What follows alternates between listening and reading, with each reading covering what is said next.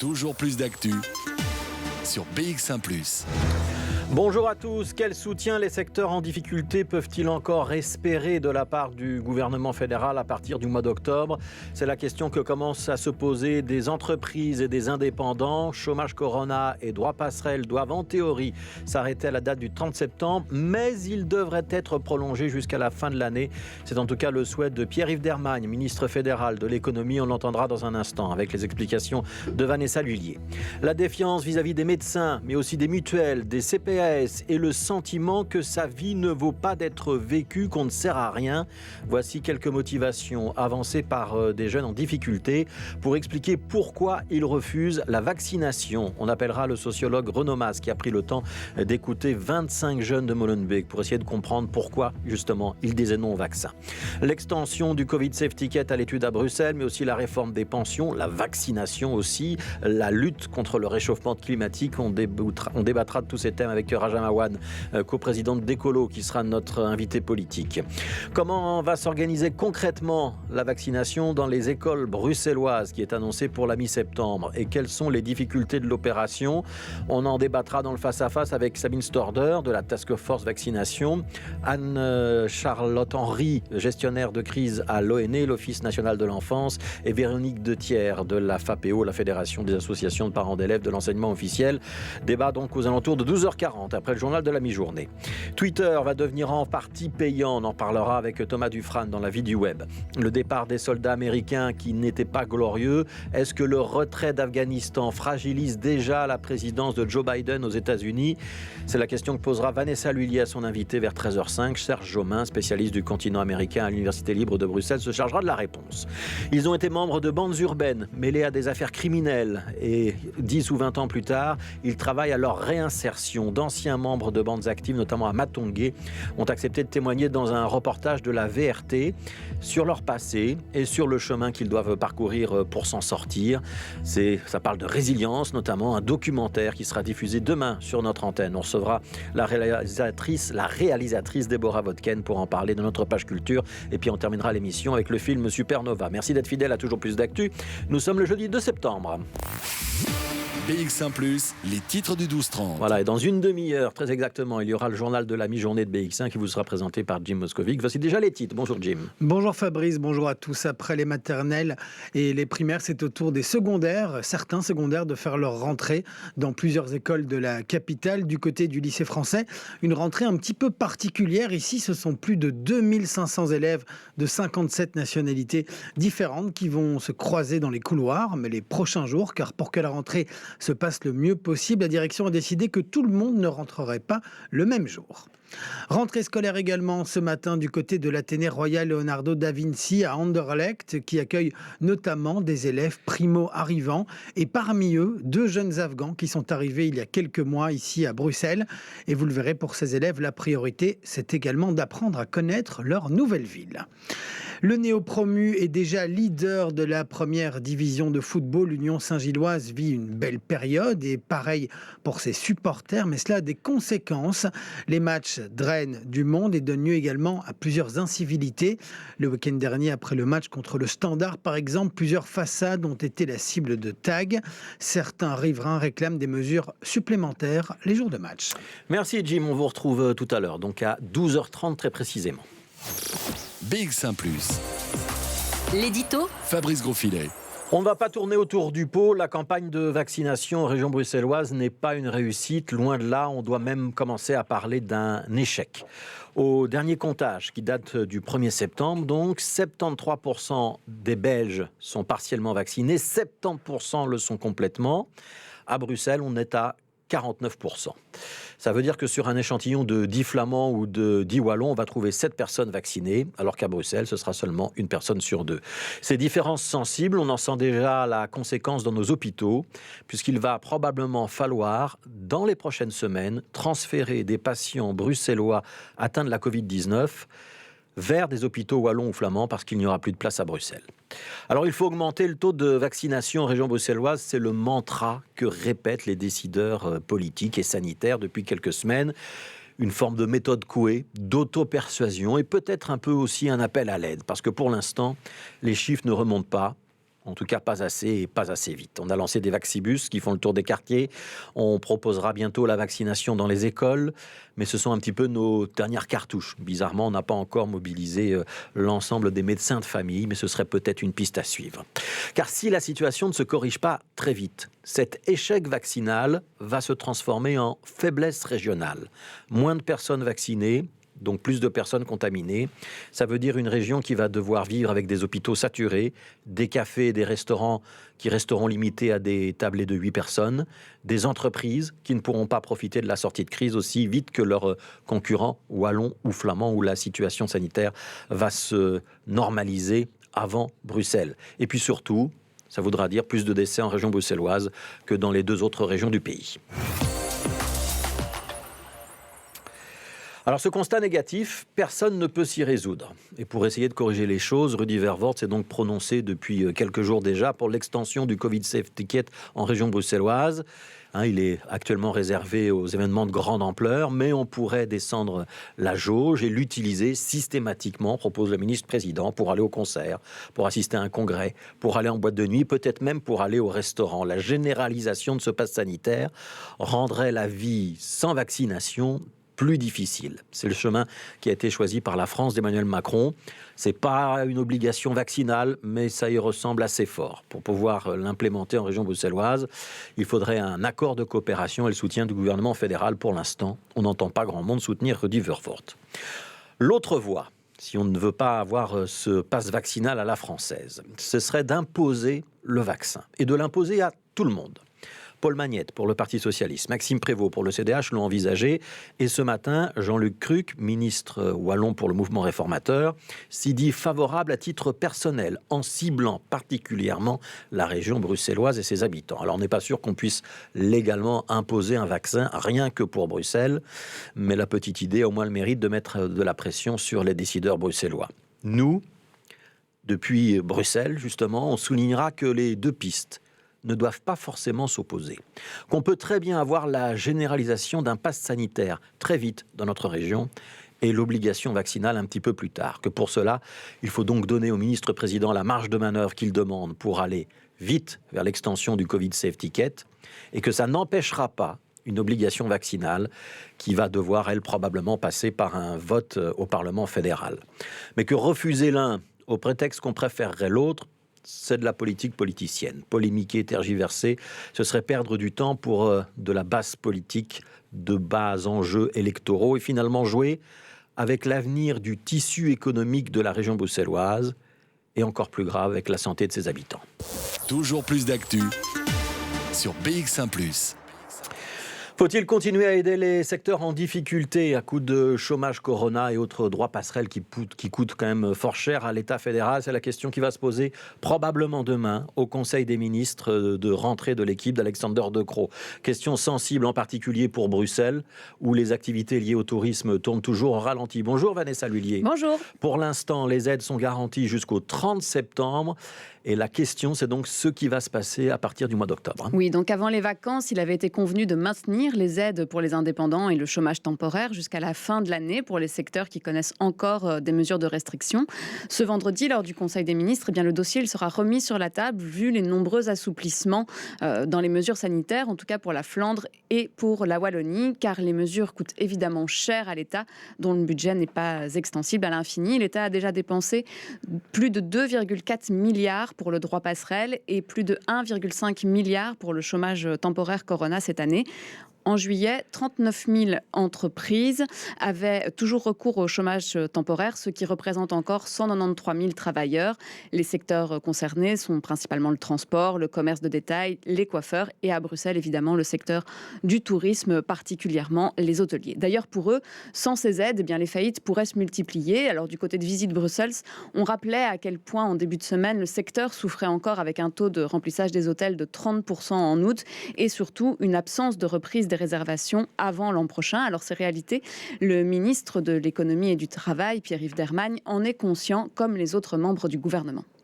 Il s'avère qu'il est absolument nécessaire de pouvoir prolonger une série de dispositifs d'aide et notamment le chômage temporaire Corona. J'ai fait une proposition en ce sens à mes collègues du gouvernement et c'est en discussion.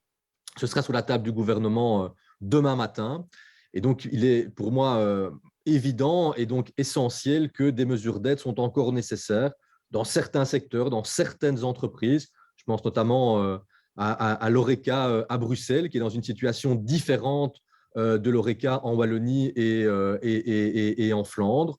On pourrait même parler de l'Horeca dans certaines villes. Je pense que la situation à Bruges, par exemple, est peut-être comparable à celle de Bruxelles. Et donc, on doit pouvoir demain continuer à soutenir des entreprises qui sont encore impactées par la crise du coronavirus et qui le seront encore dans les mois qui viennent. J'ai un entrepreneur qui m'a parlé en fait de Covid long économique. Il y a effectivement un Covid long pour certaines entreprises, voire même pour certains secteurs. Et Pierre-Yves Dermagne précise également que ces aides, elles doivent continuer jusqu'à la fin de l'année, voire au-delà. C'est important de pouvoir prolonger les dispositifs tels qu'ils existent parce que le temps maintenant est compté et on doit pouvoir donner une réponse rapidement à ces entrepreneurs, à ces travailleurs. Et puis, dans un deuxième temps, pour les entreprises et les travailleurs qui subiront encore dans le courant de 2022 l'impact de la crise du coronavirus, pouvoir envisager des nouveaux dispositifs sans doute plus ciblés. Du côté des indépendants, 2% bénéficient encore du droit passerelle, soit à peu près 7 500 personnes. Alors Christophe Wambercy, secrétaire général du syndicat Neutre pour indépendants, souhaite aussi que les aides soient maintenues.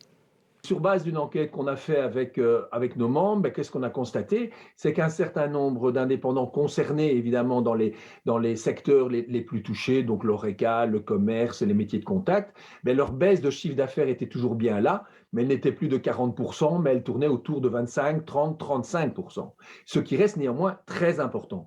Donc ça veut dire qu'on accuse aujourd'hui toujours une baisse de chiffre d'affaires et donc de taux de consommation, et parallèlement à ça, le seuil escalier, je dirais, du droit passerelle qui est de 40% n'est plus atteint. Donc c'est une analyse un peu en demi-teinte. Il faut bien se rendre compte, ce n'est pas parce qu'il n'y a plus de droit passerelle à 2% que tout va bien et que tout refonctionne. Donc oui, pour nous, il faut prolonger le droit passerelle et on va même plus loin. Il faudrait réfléchir à un droit passerelle peut-être adapté d'accompagnement à la relance, peut-être avec des montants moindres, mais pour prendre en compte quand même ces 30% de baisse de chiffre d'affaires. Alors le ministre et maire David Clarinval s'est déjà positionné en faveur de la prolongation du droit passerelle. Reste maintenant donc à acter la décision en Conseil des ministres demain matin et à convaincre surtout la ministre du Budget, Eva De Blecker, de desserrer les cordons de la bourse. Merci Vanessa Lullier qui revient tout à l'heure, un peu après 13h, pour nous parler de la situation en Afghanistan et surtout de l'impact que ça peut avoir sur l'image de Joe Biden aux États-Unis. BX1+. Toujours plus d'actu. Voilà, on va beaucoup vous parler de vaccination aujourd'hui dans cette émission. On y reviendra avec notre invité politique Raja Mawan dans un instant. On aura également un débat sur l'organisation de cette vaccination dans les écoles tout à l'heure après le journal de la mi-journée. Mais on va d'abord prendre quelques minutes pour essayer de comprendre pourquoi certains jeunes, et en particulier les jeunes les plus précarisés, refusent parfois la vaccination qui leur est proposée. On va discuter de ça avec Renaud Mas qui est en ligne avec nous. Renaud Mas, il est sociologue, il enseigne aux facultés Saint-Louis, il est également le rédacteur en chef de la revue Nouvelle. Bonjour Renaud Mas, vous avez eu l'idée de sonder ces jeunes et de prendre le temps de les écouter. Vous en avez interrogé 25. Comment est-ce que vous les avez choisis et pourquoi vous êtes entré dans cette démarche ? Mais donc, ces 25 jeunes-là, ce sont 25 jeunes que j'accompagne depuis un petit temps, qui avaient déjà participé à des enquêtes précédentes. Et donc, pour une grande majorité d'entre eux, je les connais depuis 5-6 ans. Et en fait, je me suis posé la question de savoir où ils en étaient par rapport au vaccin, suite simplement aux articles de presse. Et sachant qu'en fait, dans un premier temps, je les avais recrutés dans le cadre d'une enquête sur la radicalisation et la susceptibilité au discours complotiste radical, je me demandais dans quelle mesure ils étaient susceptibles en fait d'être perméable au discours complotiste anti-vax et si ça pouvait expliquer, en tout cas pour certains jeunes, le fait de se refuser à la vaccination. Alors vous avez publié un post sur les réseaux sociaux, vous racontez un petit peu, vous synthétisez un petit peu ce que ces jeunes vous ont dit dans ces entretiens. C'est important de bien noter que vous avez donc une relation de confiance avec eux. Est-ce qu'ils sont réellement perméables au discours anti-vax, tout ce qu'on peut lire sur les réseaux sociaux qui vient très souvent de France, ou est-ce que c'est plus profond et plus compliqué que ça. Dans ce que vous écrivez sur les réseaux sociaux, le compte-rendu que vous faites, c'est surtout une grande défiance vis-à-vis des institutions, et y compris vis-à-vis des médecins et même des CPS et des mutuelles. Et c'est aussi une forme de désespérance, de sentiment d'inutilité, finalement une forme de nihilisme, on peut dire ça comme ça ? Oui, complètement. Et donc, on voit qu'il y a une couche de discours anti-vax, mais qui est très vite évacuée. Et en fait, ces jeunes sont assez convaincus par les technologies de vaccination. Ils émettent des doutes sur le vaccin en particulier, certaines formes en plus du vaccin en particulier, mais en fait, il n'y a pas un discours très construit. Par contre, ce qui est extrêmement clair, c'est qu'ils ont une défiance totale par rapport aux institutions, par rapport à deux figures qui reviennent très fort. D'un côté, il y a le gouvernement, qui en fait est une synthèse de l'ensemble des politiciens. Une vraie défiance vis-à-vis de la classe politique qui s'est aggravée pendant le confinement. Nombreux sont ceux parmi mes témoins qui ont parlé de l'épisode du kayak, avec vraiment l'impression qu'ils n'ont pas été pris en compte dans leur réalité par les politiciens, avec un discours là qui du coup devient mais si nous on n'a pas pris en compte nos réalités, pourquoi on devrait faire un effort aujourd'hui? Et puis de l'autre côté, une défiance forte par rapport à toutes les institutions médicales. Alors, je dois pointer que ces jeunes n'ont pas de médecin généraliste attitré. Ils ont un réflexe d'aller plutôt vers les urgences hospitalières et ils voient l'hôpital comme un endroit qui sert à leur soutirer de l'argent pour l'essentiel, avec des factures auxquelles ils ne s'attendent pas, qui sont illisibles et qui leur amènent des problèmes, notamment avec le CPS. Donc une défiance très forte par rapport à l'institution hospitalière et de manière générale par rapport aux médecins qui sont vus comme des gens qui cherchent à s'enrichir sur leur dos. Oui, donc si je résume, il y a une petite couche de discours anti-vax auquel on n'adhère pas forcément en profondeur, et puis en dessous un problème de défiance et de confiance dans les institutions et de confiance en soi et de la place qu'on nous accorde. Précision importante, Renaud Mas, vous avez interrogé à distance 25 jeunes. Est-ce qu'ils sont représentatifs, vous pensez, de ce que peut penser l'ensemble de la jeunesse bruxelloise, et est-ce que ça expliquerait ce faible taux de vaccination chez les jeunes bruxellois ? Mais donc, je pense qu'il faut pointer le fait que... Un petit échantillon, hein.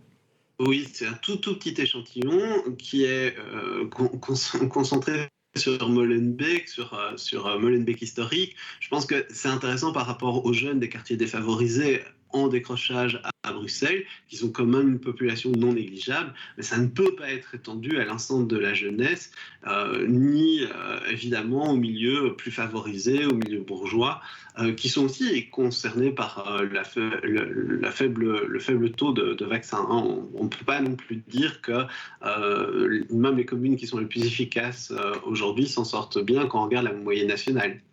Merci beaucoup Renaud Mas, merci d'avoir été avec nous. Je rappelle, vous êtes sociologue et que vous enseignez notamment aux facultés Saint-Louis et que vous avez donc ces derniers jours, aux dernières semaines, pris le temps d'avoir des entretiens en profondeur, des entretiens qualitatifs comme on dit, c'est la différence avec un sondage, avec 25 jeunes de Molenbeek. Merci de nous avoir raconté cette expérience et les conclusions qu'on pouvait en tirer. Merci à vous.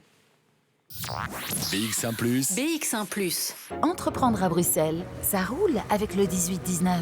L'infobus 18-19 vous informe, vous conseille et vous oriente dans la création, mais aussi le développement de votre activité à Bruxelles. Comment démarrer? Financer mon projet? Y a-t-il des subsides? Qui peut m'aider et m'accompagner? Les conseillers du 18-19 répondent à toutes vos questions. Rendez-vous à l'infobus 18-19 près de chez vous. Nous sommes bientôt dans votre quartier. À bientôt. BX1 présente du 8 au 26 septembre les Nuits botaniques avec Yellow Straps, Pomme, Nicolas Testa, Prudence, Juicy Orchestra, François and the Atlas Mountains, Yel, Bachar Mar Khalife, Camille, Vidéo Club et bien d'autres. Info botanique.be avec la Fédération Wallonie-Bruxelles et Moustique. Vivez l'esprit libre à la résidence Domitis l'Écrin Vert au cœur d'Oderghem. Je fais la natation, je fais le yoga, je fais la gym, je fais tout ce qui se présente. Les gens sont très agréables, très gentils. Le dimanche, j'ai mes petits-enfants qui viennent et je suis ravie. Venez découvrir notre résidence Domitis en séjour temporaire ou permanent. La Compagnie des Nouveaux Disparus et l'Espace Mag présentent Mon Fils ce démon, du 9 au 18 septembre à 20h15. Écrit et mis en scène par Jamal Yousfi et interprété par Sibel Dinser, Ben Amidou et Sabrine El Koulali. Infos et réservations, espacemag.be. BX1+. L'invité de Fabrice Grosfilet. Voilà, notre invité ce midi, c'est Raja Mawan, coprésidente d'Ecolo. Bonjour Raja Mawan. Bonjour Fabrice Grosfilet. On sent qu'il y a une vraie pression, un vrai débat autour de l'idée de la vaccination obligatoire. Est-ce qu'il va falloir passer à une vaccination obligatoire pour tout le monde, en région bruxelloise, voire à l'échelle du pays ? Ce qui est clair, c'est qu'on ne peut pas improviser ce débat-là. On doit le prendre parce que c'est un débat important. C'est un débat de société qui concerne Bruxelles, mais qui concerne aussi les autres régions. Je pense qu'on ne peut pas ici improviser et donner une position dans un sens ou dans un autre. Ce qui est clair, c'est qu'à Bruxelles, la réticence vaccinale est importante et qu'on n'arrive pas à convaincre suffisamment. Quand on compare la moyenne nationale avec la moyenne bruxelloise, on est en deçà. Je pense qu'on peut le reconnaître facilement. Les services multiplient leurs efforts et on le dit, on peut applaudir ici la créativité des équipes de la COCOM, on peut applaudir la créativité du gouvernement bruxellois et d'Alain Marron en particulier, puisqu'il multiplie les efforts pour essayer de convaincre pour la vaccination, mais force est de constater qu'on n'y arrive pas encore. A priori, ça ne suffit pas. Vous pensez vraiment que Alain Marron, il a fait tout ce qu'il devait faire et que la région bruxelloise a fait tout ce qu'on devait faire? On a le sentiment qu'on a un peu laissé passer l'été, qu'on a démarré un peu en retard, non? Je pense vraiment, et c'est même pas moi qui le dis, c'est Frank Van den Broek qui le dit, Alain Marron fait tout ce qu'il est possible de faire et il le fait en bonne intelligence avec le secteur local, avec les bourgmestres, les échevins qui ont la confiance de la population. Il faut pouvoir écouter aussi les acteurs locaux. On le voit aussi, on a multiplié plein d'initiatives. On peut se faire vacciner aujourd'hui quand on va chez Action, Ikea ou Primark par exemple. Il y a les Vaxibus qui sillonnent les quartiers. On va dans les quartiers, la vaccination va chez les gens. Mais si ça ne suffit pas, Raja Mawan, est-ce qu'on passe à la vaccination obligatoire? Mais c'est un débat qu'il faut avoir. Moi, je ne vais pas ici... Le débat peut être ouvert. On dit les présidents du PS et du CDH. Est-ce que vous, qui êtes coprésidente d'Ecolo, vous dites la même chose? Je vous avoue, très sincèrement, qu'à titre personnel, je n'ai pas d'avis tranché et arrêté, puisque quand j'écoute certains experts, je pense une chose, quand j'écoute certains d'autres, je pense d'autres choses. Et donc, c'est un débat qui est important et on ne doit pas faire l'économie de ce débat. Ce qu'il faut aussi, c'est de créer les conditions du débat pour qu'on puisse se poser la question de qu'est-ce qu'on doit faire pour justement remplir cet enjeu, ce défi qui est un enjeu majeur pour Bruxelles, pour la santé des Bruxelloises et des Bruxellois, mais aussi pour la santé du tissu économique de Bruxelles. Ouais, Jean-Luc Cruc, donc ministre wallon, membre du mouvement réformateur, disait ce matin, si à Bruxelles on n'y arrive pas, il faut l'envisager, cette vaccination obligatoire, et je préfère qu'on passe à la vaccination obligatoire plutôt qu'à des mesures qui sont des mesures de contrainte pour les non-vaccinés. On imagine qu'il visait l'extension du Covid Safety Ticket qui est pourtant promu par Rudy Vervoort, le ministre-président de la région bruxelloise. Vous préférez quoi, vous? Qu'on vaccine d'office tout le monde ou qu'on étende le Covid Safe Ticket comme le font les Français? Il faut avoir un pass sanitaire pour aller au restaurant en France. On doit faire ça à Bruxelles ou pas? Moi, je pense qu'on ne peut pas poser les termes du débat en des termes aussi binaires. C'est pas blanc ou noir, c'est pas vaccination obligatoire ou Covid Safe Ticket. On doit pouvoir avoir le débat avec les experts. J'ai entendu M. Vervoort se prononcer pour un Covid Safety Ticket. Pour certains secteurs, ça peut être imaginé. Ça peut être, on est ouvert pour les boîtes de nuit notamment. Pour les boîtes de nuit notamment, pour permettre à certains secteurs qui sont fermés de rouvrir. Parce que je l'ai dit, il en va de la santé, du tissu économique de Bruxelles. On voit que Barbara Track multiplie aussi les aides à ces entreprises. On sait que l'ORECA est un enjeu important. On sait que la culture est un domaine aussi important à Bruxelles. Donc on ne peut pas poser les termes du débat de manière aussi binaire. Mais il va falloir quand même trancher rapidement. Il va falloir trancher effectivement rapidement. Et ce qu'on regarde, c'est les chiffres tous les jours. On regarde les chiffres tous les jours et les critères, c'est les chiffres en soins intensifs. Pour le moment, il y a une stabilisation un peu à la hausse, c'est vrai. Mais il faut pour moi continuer de convaincre, continuer à aller dans les quartiers, continuer à organiser des actions de délocalisation de ces vaccins. On l'a vu dans les écoles, on le voit aux abords au sein des entreprises, on le voit dans les quartiers, dans différents quartiers à Bruxelles. Donc il faut vraiment multiplier ça et on sait que les équipes de la COCOM, les acteurs locaux, les services sociaux débordent de créativité pour justement aller convaincre. Et je pense que nous aussi, en tant que politiques, nous avons un rôle aussi à notre échelle de convaincre. Autour de moi, il y a évidemment des gens qui étaient réticents au vaccin. On prend le temps. Et vous les avez convaincus? Certains, oui, on prend le temps, on discute, on essaye de les convaincre puisque c'est un enjeu majeur. Alors, autre gros dossier qui arrive sur la table du gouvernement fédéral, c'est la réforme des pensions. Oui.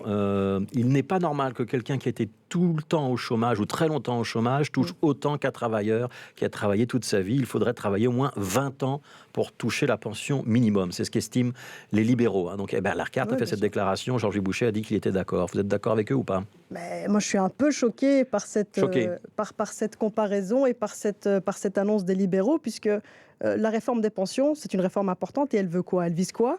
Elle vise justement à mettre plus de justice dans le système et notamment plus de justice entre les hommes et les femmes. Quand on dit il faut 20 ans pour prétendre à la pension, c'est vraiment totalement injuste à l'égard des femmes, puisqu'on sait que souvent les femmes exercent des métiers à temps partiel, font des interruptions de carrière pour pouvoir Est-ce qu'il faut s'occuper malgré de la tout un famille. différentiel entre ceux qui ont eu une très longue période de chômage et les autres ? Cette réforme, elle est très très importante parce qu'elle doit amener davantage de justice dans le système entre les hommes et les femmes, mais également entre les différents secteurs, que ce soit qu'on soit employé, fonctionnaire ou indépendant. Et en ce sens, on attend, Madame la ministre va présenter bientôt... Karine Lagueux, ce sera probablement demain, oui. Va présenter ceci. Et donc, il faut plus de justice dans ce système. Et il y a une grosse plus-value qu'on peut déjà observer, c'est justement l'augmentation de la pension minimum. C'était une priorité pour nous. Donc, ce sera 1 500 € et ça va être une réalité très vite grâce au gouvernement fédéral.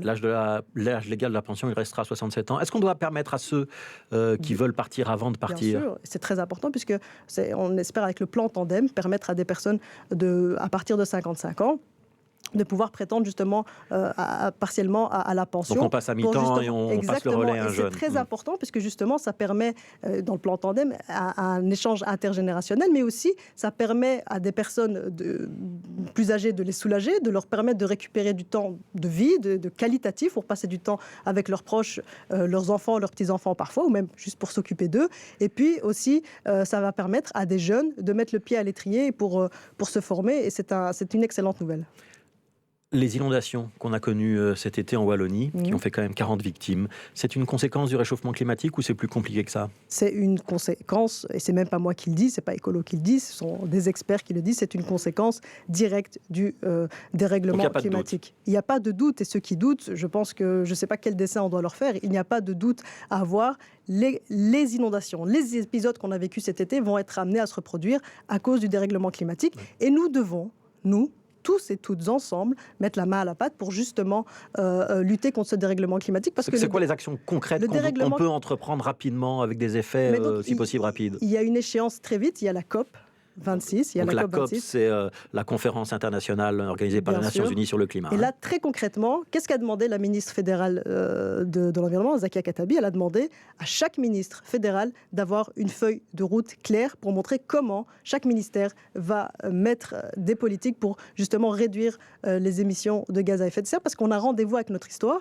et grâce à l'action... Une mesure concrète qu'on pourrait décider à Glasgow lors de cette prochaine COP. À Bruxelles, on peut parler de Bruxelles, on peut parler de la rénovation du bâti. Ça, c'est très clair. Il y a un plan de plus de 350 millions qui a été activé grâce notamment à Alain Marron.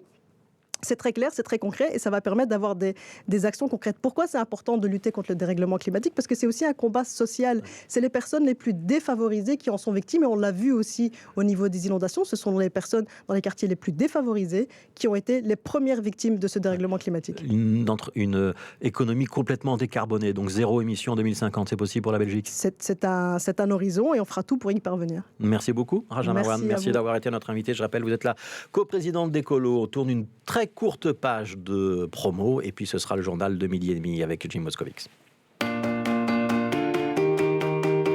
La culture, c'est vaste, ça va des arts plastiques au cinéma en passant par le théâtre, la chanson, etc. Donc il y avait vraiment une matière. On est envoûté en fait quand on regarde votre film. C'est pour ça que je disais dans l'intro, si on en sort de ce film. L'offre télé est tellement pauvre et se raréfie tellement qu'on a peut-être une place à prendre, nous, justement, en tant que média bruxellois, régional. Il y a un style qui est là, affirmé, un style à la fois drôle, à la fois tragique. La culture, elle est faite pour tout le monde, elle parle de ce que l'on vit, elle parle de l'actualité, de la création, mais de l'actualité de la vie aussi qui nous entoure. Tu sais, si on traverse des événements. Les premières répétitions, c'était en pleine pandémie. Au mois de février, on a fait 10 jours. Ouais. Et dans ce sens-là, LCR, c'est vraiment une fenêtre ouverte sur le monde d'aujourd'hui. Mais en même temps, je l'ai redécouvert par ce prisme-là, la culture. Au niveau de la durée, c'est la même durée, c'est 12 à 13 minutes, c'est une bonne durée. C'est pas trop long pour ne pas gaver les gens, c'est pas trop court non plus pour ne pas être en reste. Et puis sur scène, ça devient un moment qui est partagé avec une assemblée. Ça s'adresse à tout le monde. Moi, je m'assure, je compte l'idée de l'élitisme. Je suis pour l'élitisme pour tous, c'est pas moi qui l'ai dit, c'est Jean Vilar et je trouve que c'est une formule très belle. Tout le monde a droit à toute la culture.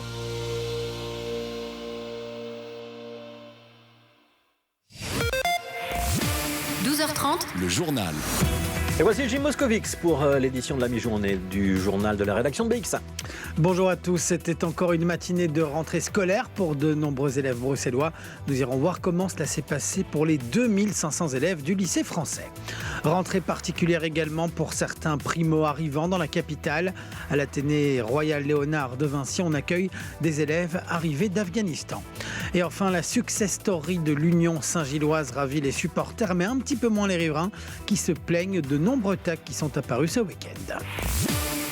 Après les maternelles et les primaires, c'est au tour des secondaires de faire leur rentrée dans de nombreuses écoles de la capitale. Du côté du lycée français à Uccle, la rentrée est un petit peu particulière. Ici, plus de 2500 élèves de 57 nationalités différentes vont se croiser dans les couloirs. Mais pour que la rentrée se passe le mieux possible, la direction a décidé que tout le monde ne rentrerait pas le même jour. Notre équipe était sur place ce matin. C'est la rentrée au lycée français pour 1300 élèves, soit la moitié des étudiants.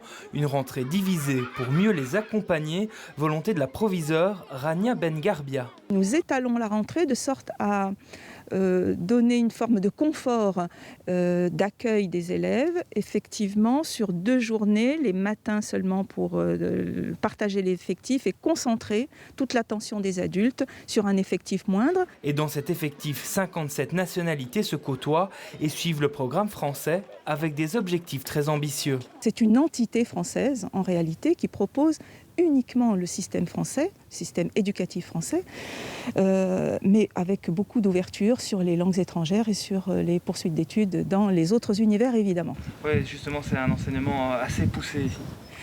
Ah, je ne sais pas ce que vous entendez par assez poussé, mais très ambitieux. Minerval, jusqu'à 8 000 € par an, de quoi entretenir le grand campus uclois où se trouve le lycée français Jean Monnet, un campus qui rappelle les universités. Marie-Alix Bescar, chargée de communication. Il reflète bien notre projet pédagogique d'offrir aux élèves une grande diversité d'enseignements, dans le cursus français, bien sûr, mais la possibilité d'enrichir son parcours. Ici, des jeunes de 3 à 17 ans sont scolarisés dans ce petit bout de France à Bruxelles.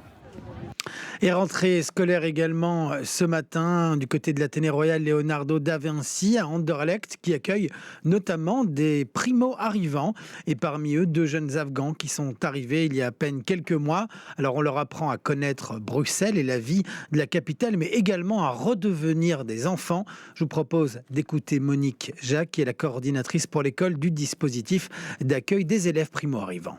Les classes d'ASPA servent à accueillir des jeunes qui viennent de l'étranger et qui ne maîtrisent pas la langue française. Donc ils viennent à peu près du monde entier et sont accueillis dans nos classes de façon à pouvoir combler leurs lacunes en français, mais aussi apprendre la culture belge et les codes de la société belge. Et donc leur histoire, c'est plus comme un seul fardeau, il va tout d'un coup être...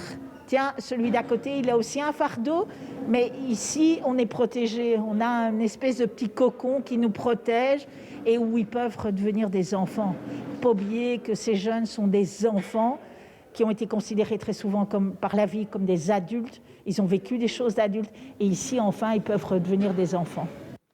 Pas de rentrée par contre pour le roi et la reine. Un cas de Covid-19 a été détecté au sein de la famille royale.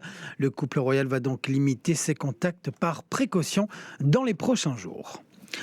Les différents confinements, mais aussi le télétravail, nous ont habitués à être moins souvent exposés au bruit du quotidien.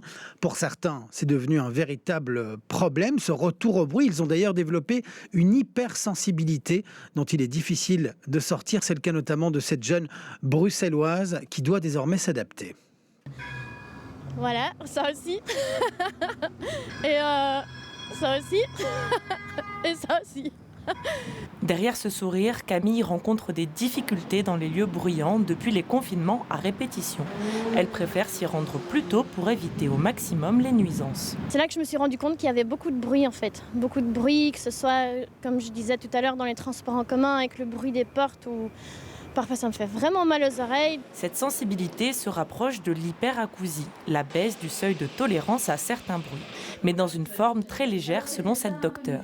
Les volumes auxquels ils étaient, c'est accepté pour tout le monde. Pour ces personnes-là, ça devient intolérable à ce moment-là.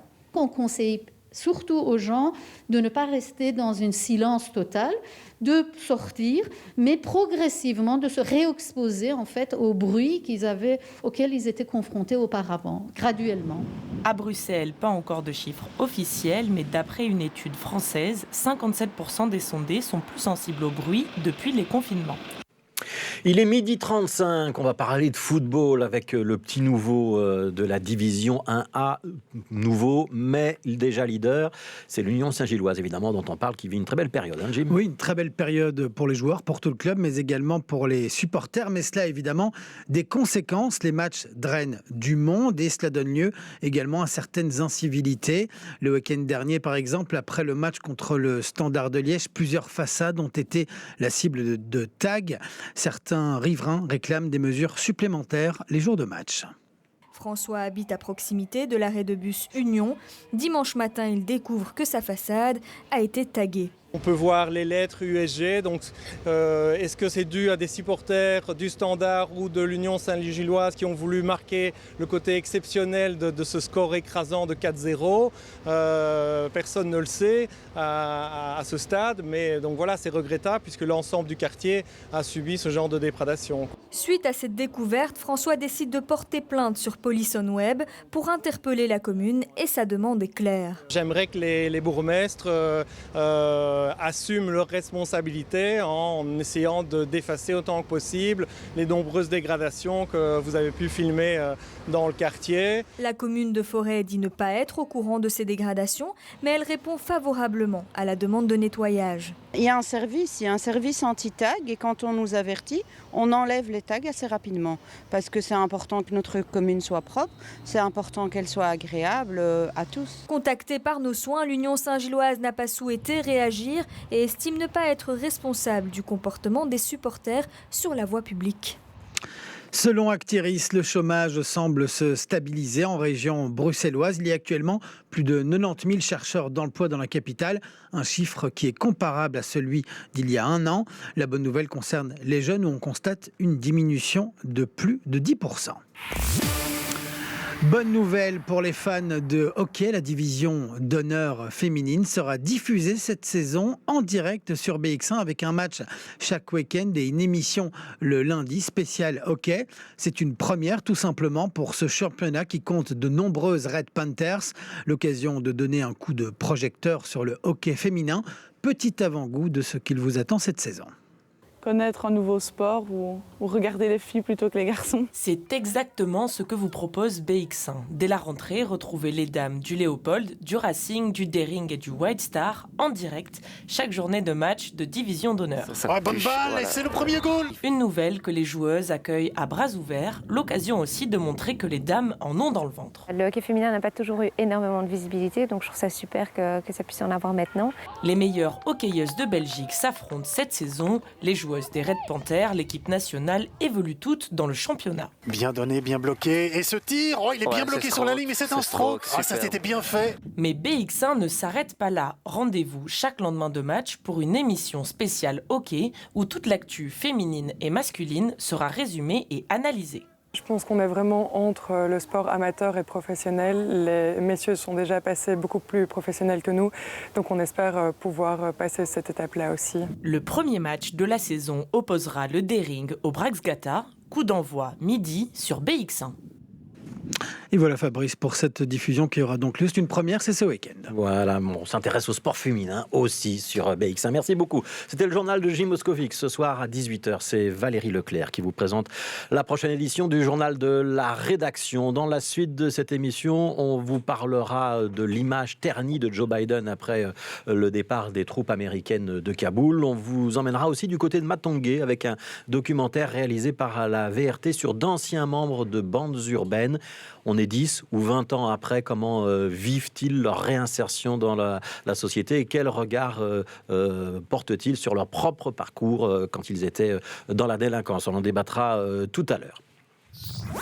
BX1+. Le face-à-face. Pour l'instant, on va s'intéresser à l'organisation d'une extension de la campagne de vaccination dans les écoles. Vous savez que ce sera le cas, en tout cas pour la région bruxelloise, à partir du 6 septembre. C'est ce qu'a annoncé Caroline Désir, la ministre de l'Éducation. On va voir un petit peu comment ça pourrait s'organiser, quelles sont aussi les difficultés de l'opération et puis les écueils que ça pourrait éventuellement rencontrer. On va en débattre avec Sabine Storder, qui est la coordinatrice de la Task Force Vaccination, Anne-Claire Henry, qui est gestionnaire de crise à l'ONE, donc l'Office national de l'enfance, et Véronique Dethier, qui est responsable pour la région bruxelloise de la FAPEO, la Fédération des associations des parents d'élèves de l'enseignement officiel. Avant de leur donner la parole, on va planter le décor, comme on le fait à chaque fois avec Vanessa Lullier, et rappeler ce qu'on sait pour l'instant de cette campagne de vaccination dans les écoles. Donc depuis le 1er septembre, des courriers ont été envoyés pour sensibiliser le corps enseignant, les parents et les élèves à la vaccination dans les écoles bruxelloises, tous niveaux confondus. À partir du 6 septembre, il y aura donc des rencontres dans les écoles pour que tout le monde puisse poser ses questions concernant la vaccination. Ensuite, dès la mi-septembre, les équipes de vaccination viendront dans les écoles pour procéder à l'injection. Alors, il ne s'agira pas de Vaccibus, mais bien des équipes de l'ONE. Les enfants pourront être vaccinés tout comme le personnel ou les parents. Et pour les jeunes de moins de 16 ans, eh bien, le consentement écrit des parents est indispensable. Rappelons également qu'à Bruxelles, seuls 26% des 12-17 ans ont reçu une première dose, contre 79% en Flandre et 57% en Wallonie. Alors, on va commencer peut-être avec vous, Sabine Storder, pour comprendre pourquoi on monte cette opération. On la monte parce qu'on a un taux de vaccination beaucoup trop faible à Bruxelles. Est-ce que vous croyez que l'école, ça va être le bon vecteur pour toucher une partie du public bruxellois ?